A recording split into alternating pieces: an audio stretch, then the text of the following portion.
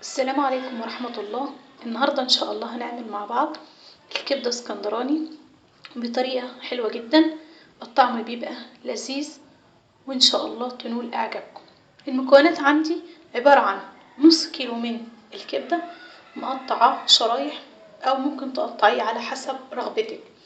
أنا ده قطعته وضفت عليه عصير ليمونة ورشة من الملح ورشة من الفلفل وسبته حوالي ساعة على أساس يبقى طعمه أحلى. عندي هنا بصلاية متوسطة مقطعاها، عندي هنا حبتين من الفلفل الأخضر البارد مقطعهم برضو حلقات، وعندي فصين توم مفرومين، وعندي هنا حبة دهنة أو حلويات بتيجي معايا مع الكبدة. هبدأ دلوقتي احط طاسة على النار. هنا يا جماعة هنا حطيت طاسة على النار، حطيت عليها حبة من الزيت بس يكونوا كتار شوية، وحطيت كمان الدهنة او الحلويات، وهسيبهم شوية لغاية ما الدهنة بتاعتي تتحمر. اول ما الدهنة بتاعتي تتحمر بالشكل ده هبدأ أضيف عليها الكبدة اللي أنا متبلاها. هنا أنا ضفت الكبدة بتاعتي والنار بتاعتي عالية.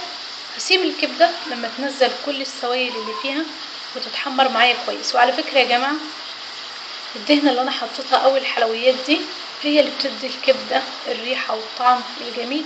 طبعا على حسب اختيارك، لو انتي مش عايزاها ممكن تستخدمي الزيت بس. في أثناء الكبدة بتاعتي وهي بتتحمر ضفت ربع معلقة من الكزبرة الناشفة ورشة بسيطة من الفلفل الأسود، لأن أنا كنت حاطة قبل كده. حطيت ربع معلقة من الكمون، حطيت ربع معلقة من البهارات المشكلة، حطيت رشة صغيرة من الشطة، طبعا دي براعي فيها لو كان فيه أطفال. وهسيبها أقلب كل المكونات دي مع بعض، وهسيبها لغاية ما تتحمر والمية بتاعتها تتشرب.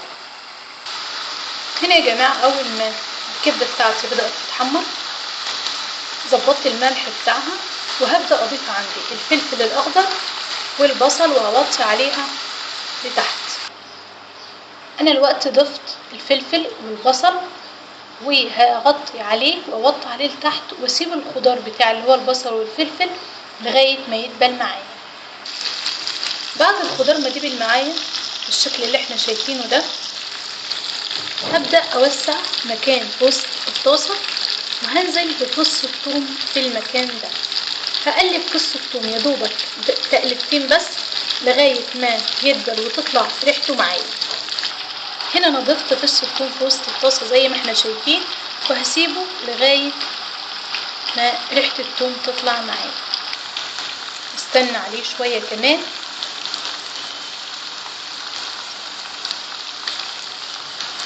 كده هضيف على الثوم بتاعي بعد ما دبل وبدأ ريحته تطلع، هضيف عليه معلقة واحدة بس من الخل.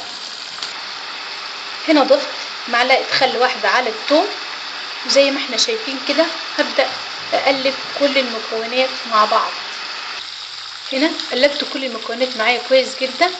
دلوقتي هطفي عليها واغطي الطاسة بتاعتي اللي انا بعمل فيها واسيبها شوية متغطية وهي مطفي عليها. وده شكل طبق الكبدة بتاعي يا جماعة بعد ما غرفته. ريحته جميلة جدا، تعملوه ينال اعجابكم.